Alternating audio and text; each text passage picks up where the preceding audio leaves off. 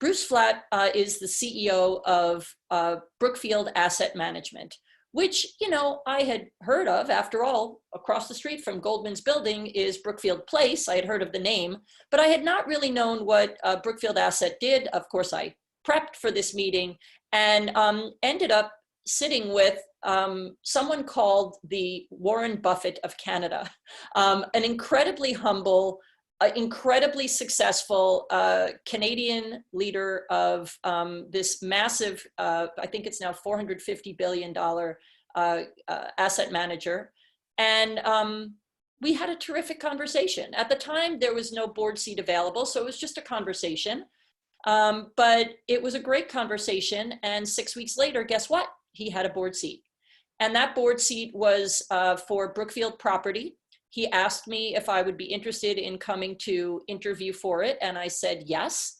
But in saying yes, and I think I can certainly speak for the women in the group, always we qualify our, you know, readiness and expertise. Please don't do that. But what I, of course, said was, well, you know, Bruce, I hope you know that I've never served on a board before. And, you know, in many cases, boards are looking for people who have already had board experience. I don't have any. I just want to make sure that you're aware of that. And I'm saying this to perhaps one of the most famous contrarian, value-oriented investors there is. He says, you know, if you've managed to become and succeed as a woman partner at Goldman Sachs, that's good enough for me. I don't need another board having put you on it to validate whether you'll be good enough for me. A very rare stance, because usually the spec says you have to have been on a board before, and to add insult to injury, given the stats that Lan just shared, you have to be a sitting CEO or something like that, of which there are already very few, creating a major funnel problem. But he said, nope, good enough for me. I can validate you myself, no problem. And then, of course, I move on to my second problem, which is, well, you know, this is a real estate board, and I don't really know very much about real estate.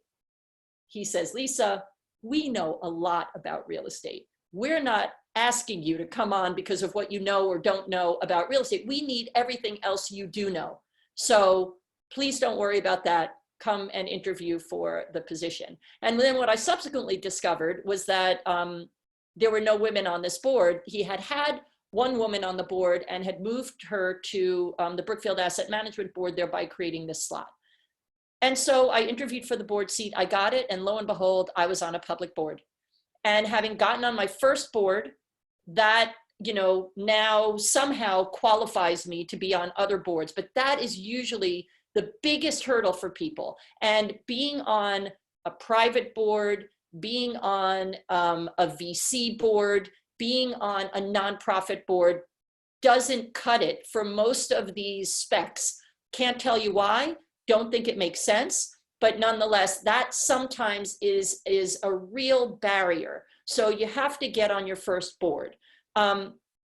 I think that, you know, without saying anything negative about the search industry, the search industry isn't so good at getting people on their first boards. And typically what I find is, you know, I have in this group, which I'll talk about in a moment, Extraordinary Women on Boards, you know, a number of women who are on multiple boards, and a handful who are each on like 4, 5, 6 boards. They're the ones who always get the calls to be on the board because they're already on a board and they're on multiple boards. It's really difficult to make the case for getting on your first board. So we'll talk about ways to try to address that. And I think your relationships are going to be a big part in that. So I was on the Brookfield Property Board for 3.5 years, and then got a call from Bruce, who by this time I had obviously gotten to know really well. I mean, we'd sit in the boardroom together and such. And he said, this was in September of 2018, Lisa, I'd like you to step off the board and come work for me. Come inside the company into a new role called Head of Strategic Innovation.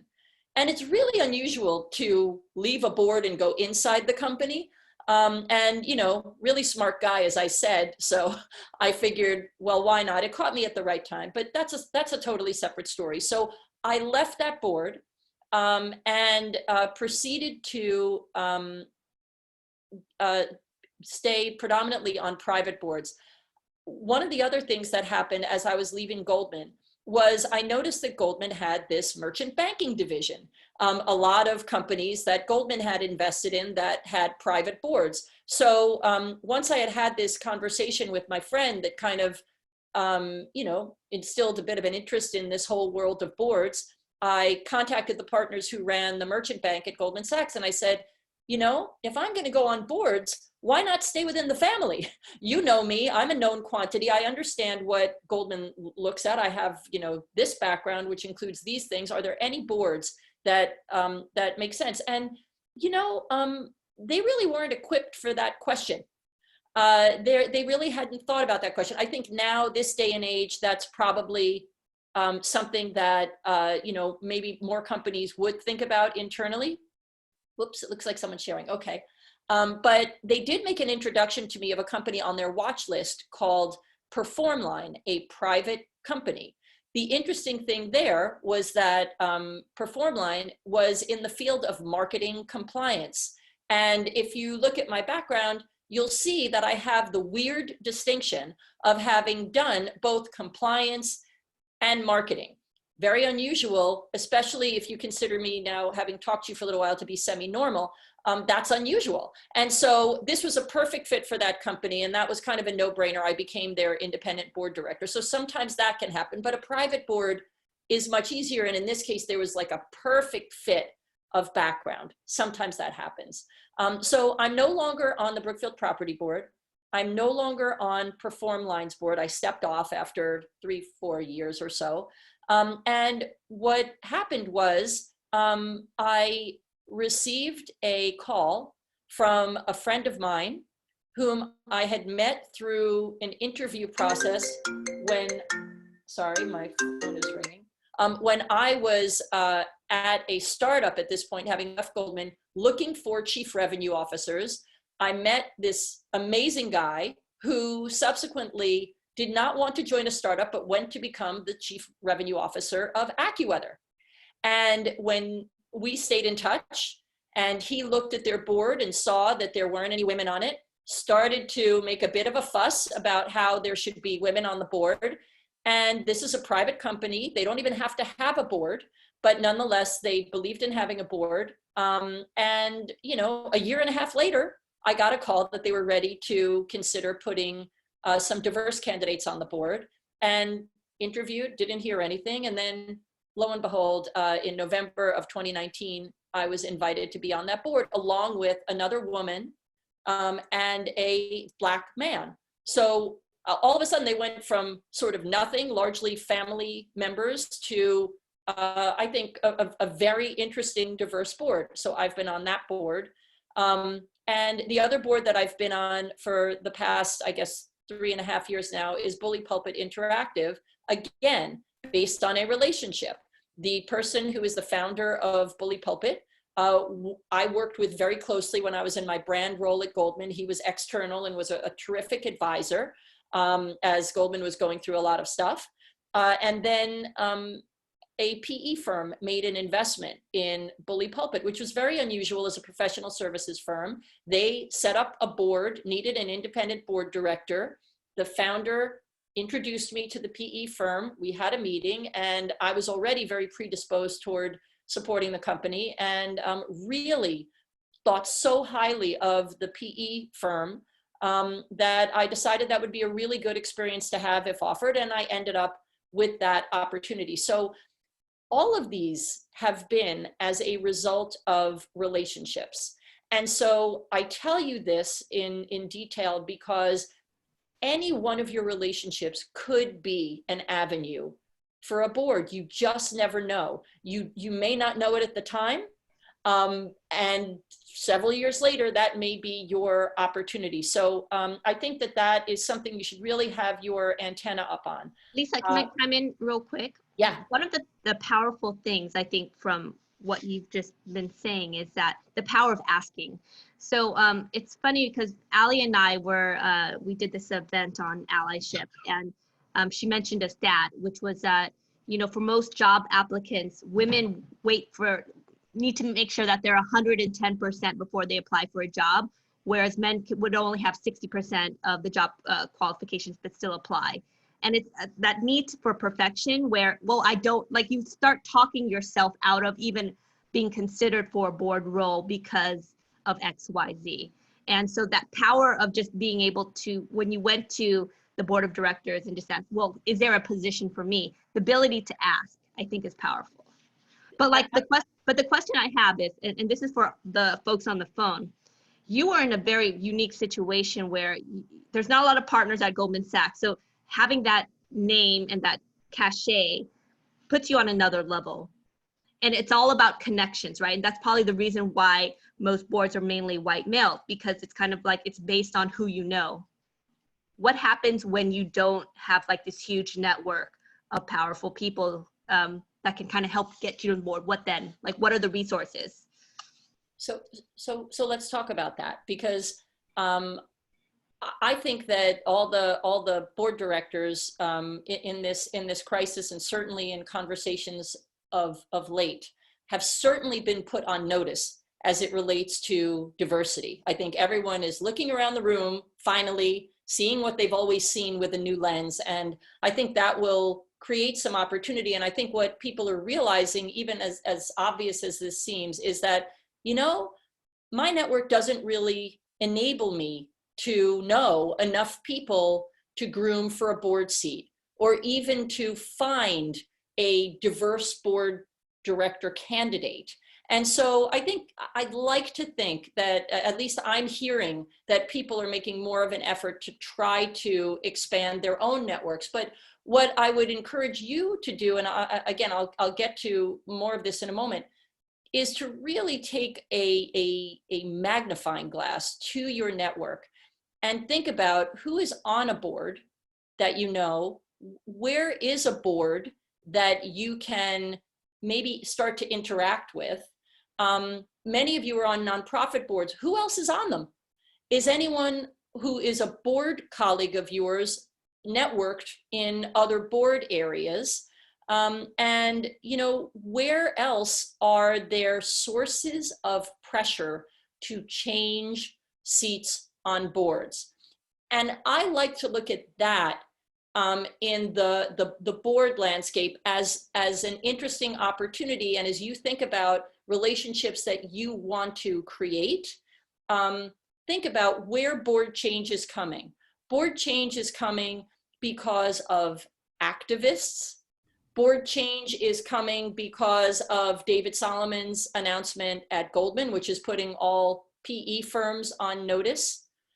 You know, board change is coming because of ESG, and increasingly, you know, the S in ESG combines with the G in ESG, and lo and behold, board diversity is becoming something to measure more.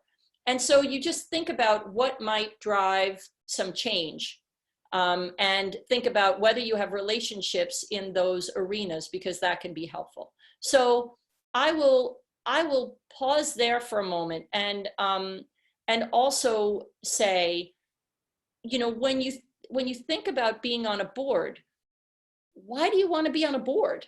You know, like, make sure that this is actually something that you want to do. Sometimes being on a board can be incredibly boring. And, you know, especially if you are the kind of person who has a lot of energy, who wants to roll your sleeves up and typically likes to operate and get in the flow of things. Like, boards are not that. Sometimes a startup board is more like that, because they just want to use everything you possibly can bring, and maybe that's the better board for you. But sometimes a public board will be frustrating, especially since there are sometimes weird dynamics in the boardroom where it might be a check the box. It might be a posting board where there isn't a whole lot to do. And you really have to do your due diligence very well. I think this crisis has been a wake-up call for boards, because if you're the kind of board that you know, was kind of stale, who was check the box, show up, you know, watch your watch for the plane ride out and, show up and, talk about a few things, but not necessarily get immersed in things. You have been on a marathon of sprints. And it's been exhausting, and everybody's been engaged in a new way. So I think that will change the nature of boards. But net, why do you want to be on a board? Make sure you can answer that question, as opposed to it being something that someone else has told you is important to achieve.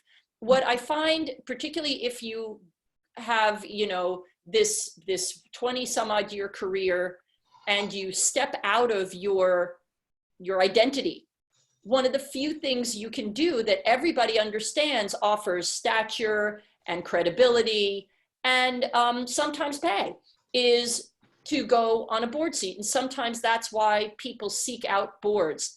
Make sure you just have good reasons, because you're all talented and there are plenty of things that you can do with your talents. Make sure that you have good reasons for wanting to be on a board, and that you understand what boards do. Risk, governance. Do you have exposure to that? Do you have those skills? Even if you're on a board now, are you getting engaged in the types of things, for example, in a nonprofit board, that would translate well to boards that are, public?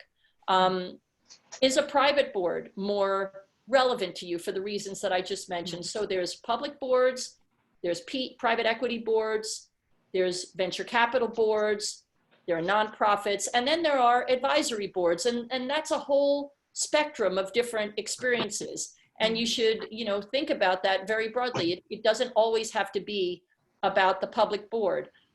It's not necessarily the case that any one of these that aren't the public board will lead to the public board. It's just tricky. So that's why the relationship becomes important. Yeah, and Lisa, quick question.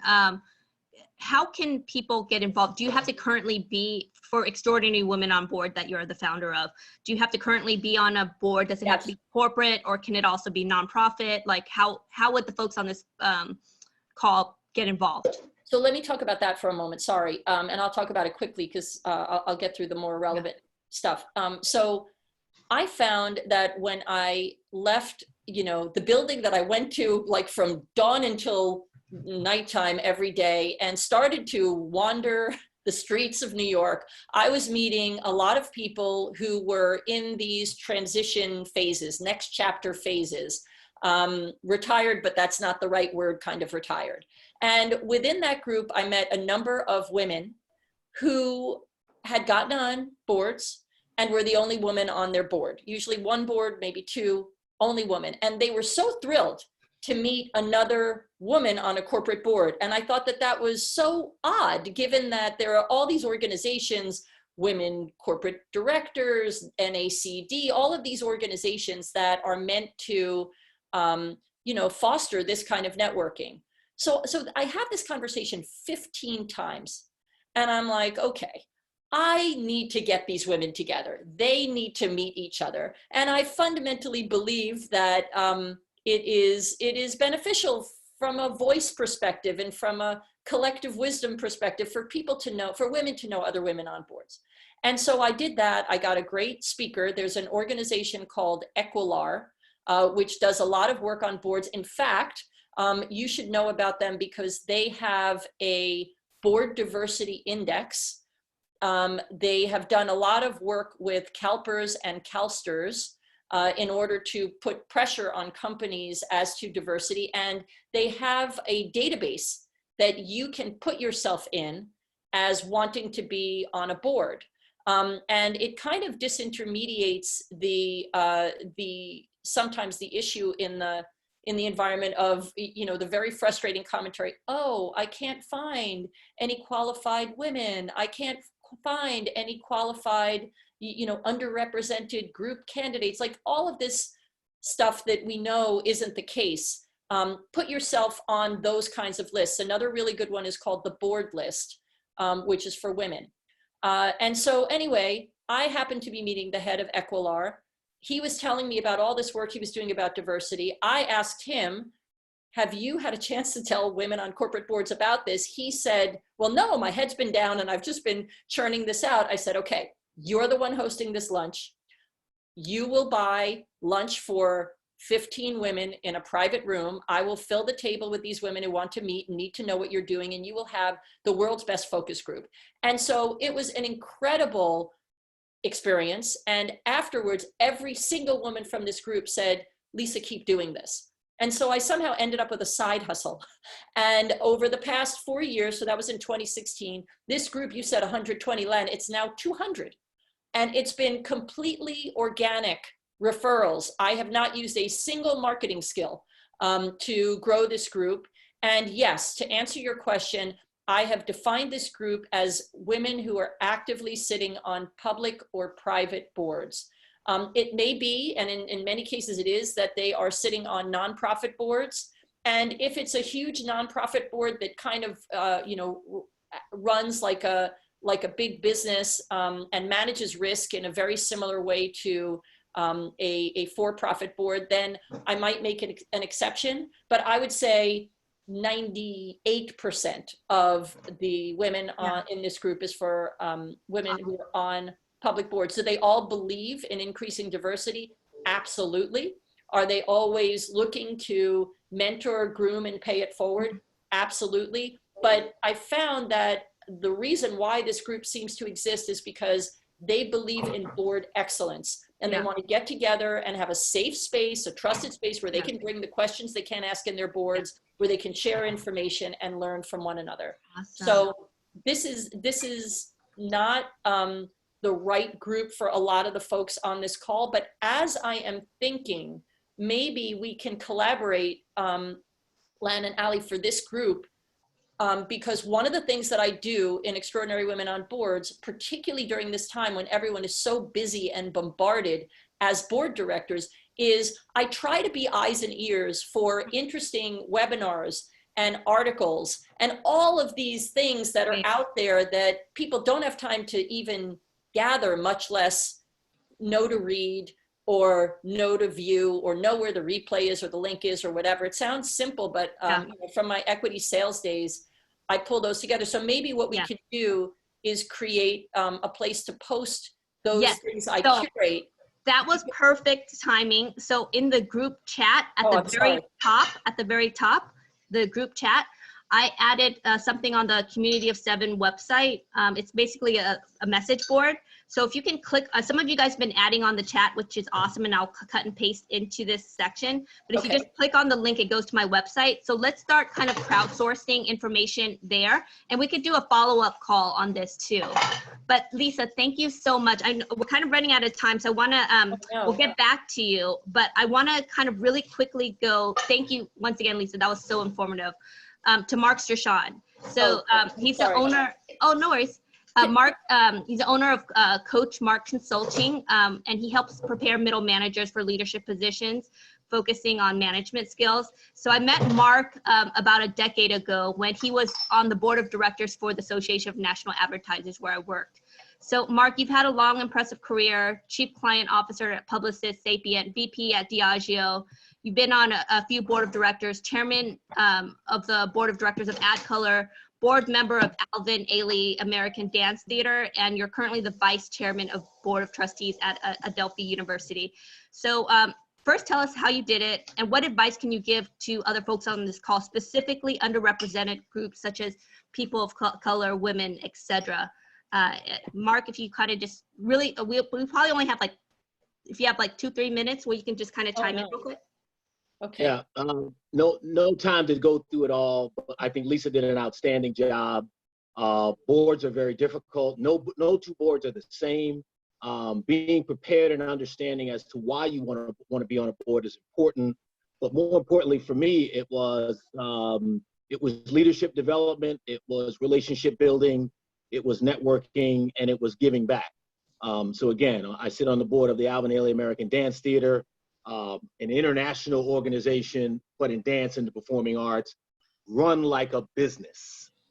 It is a multi-million-dollar business of putting dancers on stage almost on an ongoing basis around the world.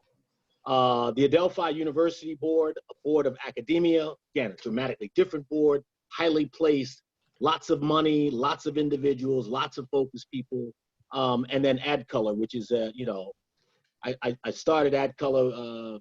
I sat on that board from the beginning. I was on AdColor when it was first begun. Tiffany R. Warren is the founder, and that's an industry organization and driving an industry board that's specifically around diversity in the field of marketing, advertising, media, and tech. So 3 distinct areas, 3 distinct boards. Each of them I bring a different set of skills, and I learn a different set of skills from. And so it's very, very important as you put yourself out there that you open your mind up to learn from boards, be inquisitive, develop relationship from other board members, and understand that every board you're on wants something from you. So that's either going to be a skill, connections, or money. So I use the term OPM. They want other people's money, muscle, and machinery, whatever you can bring to the party. But if you're on a board just to check a box, it's probably not the best thing. Be engaged, be curious, drive, be a part of leadership. So I'm a vice chair of Adelphi University's board, and I've been the chairman of AdColor for 5 years now. It takes a lot out of you, so you do have to know, Lisa is great, when to cycle off, hand off the baton, and cycle somewhere else. I have been invited to join for-profit boards, just haven't found the right one yet. So what do I mean by that? So, I want to be on a board. The boards that have invited me haven't been right for me. And so it is a two-way street. It's just like a job interview. You're interviewing them, they're interviewing you. What do you bring? Why do you want to be there? And what do you want to get out of it? And then really, really drive yourself to make sure that you're engaged in the board dynamic. So if not, it's probably not the right one for you. Now, the only difference is, again, for-profit boards usually pay you to be a board member, all right? It's 4 meetings a year with a bunch of committees, and you usually get some sort of stipend, travel, what have you, but they still want your expertise. And remember, folks, you're on the hook. You could be on the hook legally, and those is board and directors, insurance, et cetera, but you're on the hook if there's a downside. If your CEO, your CMO does something foolish, who do they call? Now, the last thing, Lam, I know we're out of time, but boards have been this kind of mystified, rare air, golden door, like you go beyond and everybody's the smartest person in the world. Oh, the angels sing and so on and so forth. And unless you're allowed to get in, and once you're in this rarefied club, it's not that serious. All right. There are some dumbass people on board. There are some not so nice people on boards. And there are some really smart people on boards. And so don't underestimate your skills when you're either invited or you think you want to move that way, et cetera. Take stock of who you are, be self-aware, and drive your skill set forward. Remember, the people in those rooms, what they might have is just a little bit more experience at doing what they do. They put their pants on one leg at a time like you do. They brush their teeth like you do. They comb their hair like you do. They're human beings. They're not necessarily aliens from another planet that got the secret sauce. But experience is probably what helps drive the capabilities that they have. So bring that to the party. And I think nonprofit boards are great training grounds for-profit boards.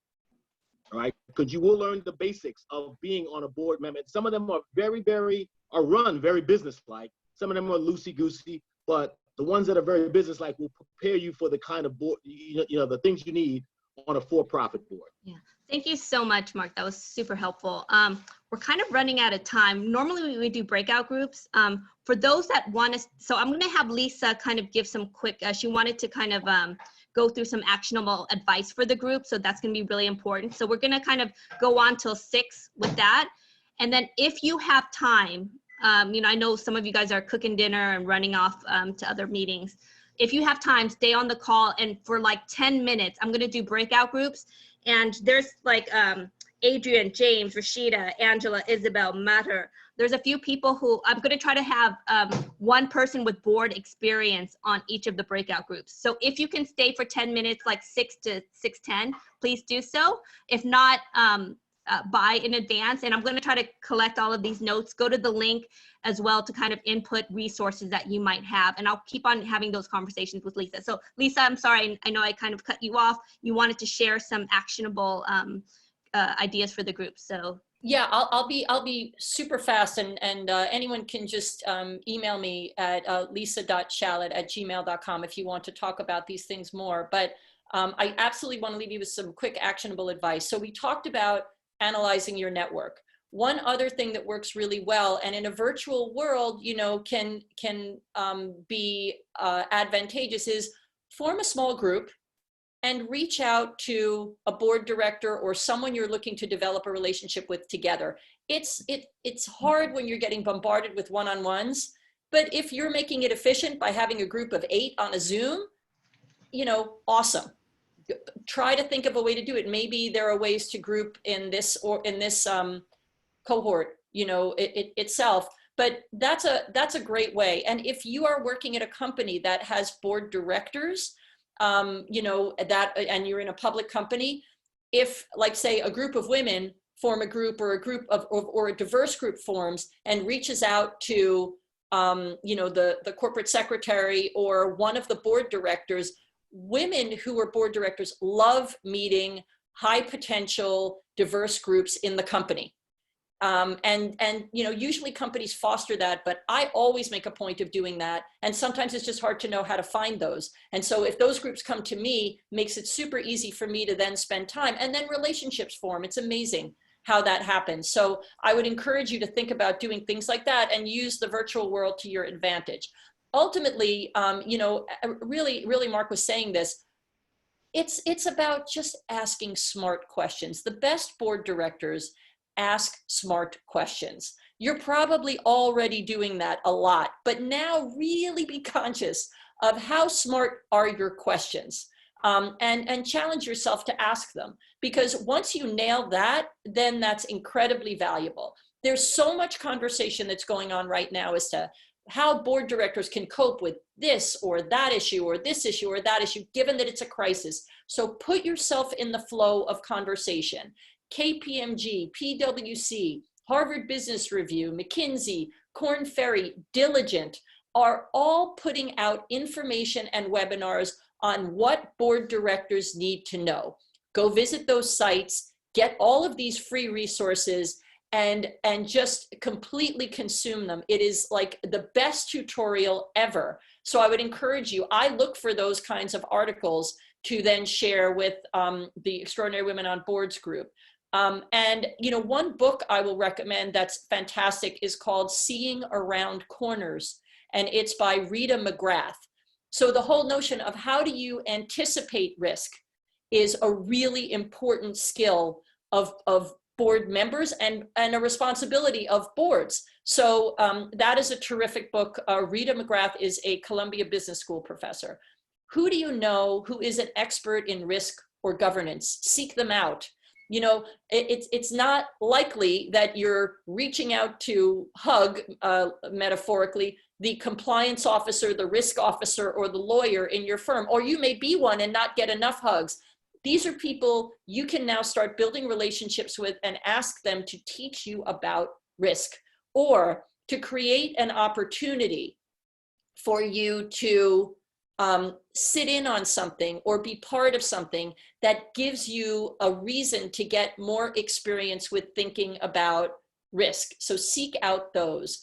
And then, in your own network, really try to think about the different groups that you're affiliated with. Maybe they're in your community. Do they have an audit committee? Is there an aspect of finance that you can be part of? Really try to do whatever you can to be in a position to say that you've had this experience or you've had that experience. And, many of you know people who are in or starting startups. Maybe you can be an advisor. Again, be very careful. I think Mark raised a very important issue as to, the liabilities that you take on as a board director. That's another reason why sometimes I'm so shocked people want to be on boards. There's a lot of liability. Just, dip your toe in the water and maybe, hang around the hoop, so to speak, and start to build relationships that way without necessarily making a commitment. If you are actually offered an opportunity, do your due diligence. Know who you're sitting in the room with.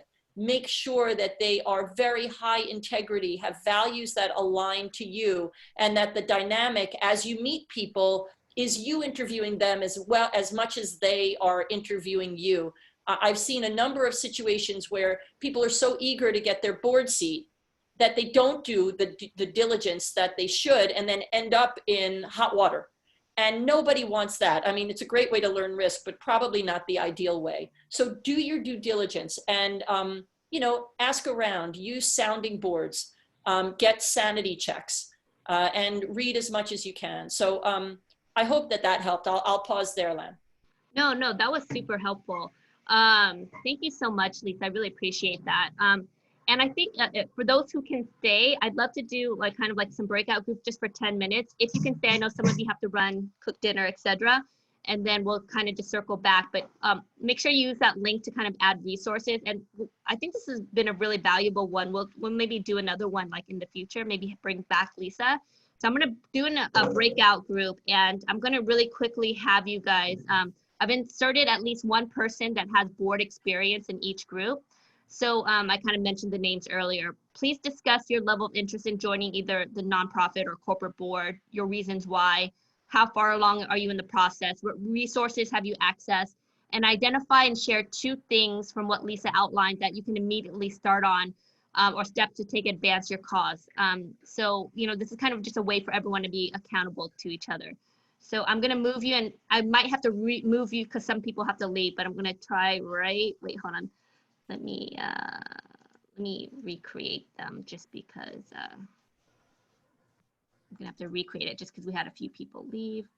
Yeah, Len, I have to jump off. Am I gonna leave you hanging, or do you need a board? Oh, no, I think we should be good. I'm gonna try to do God this. bless you Thank guys. you so This is much. great. Thanks, James. Good stuff, guys. Thank you.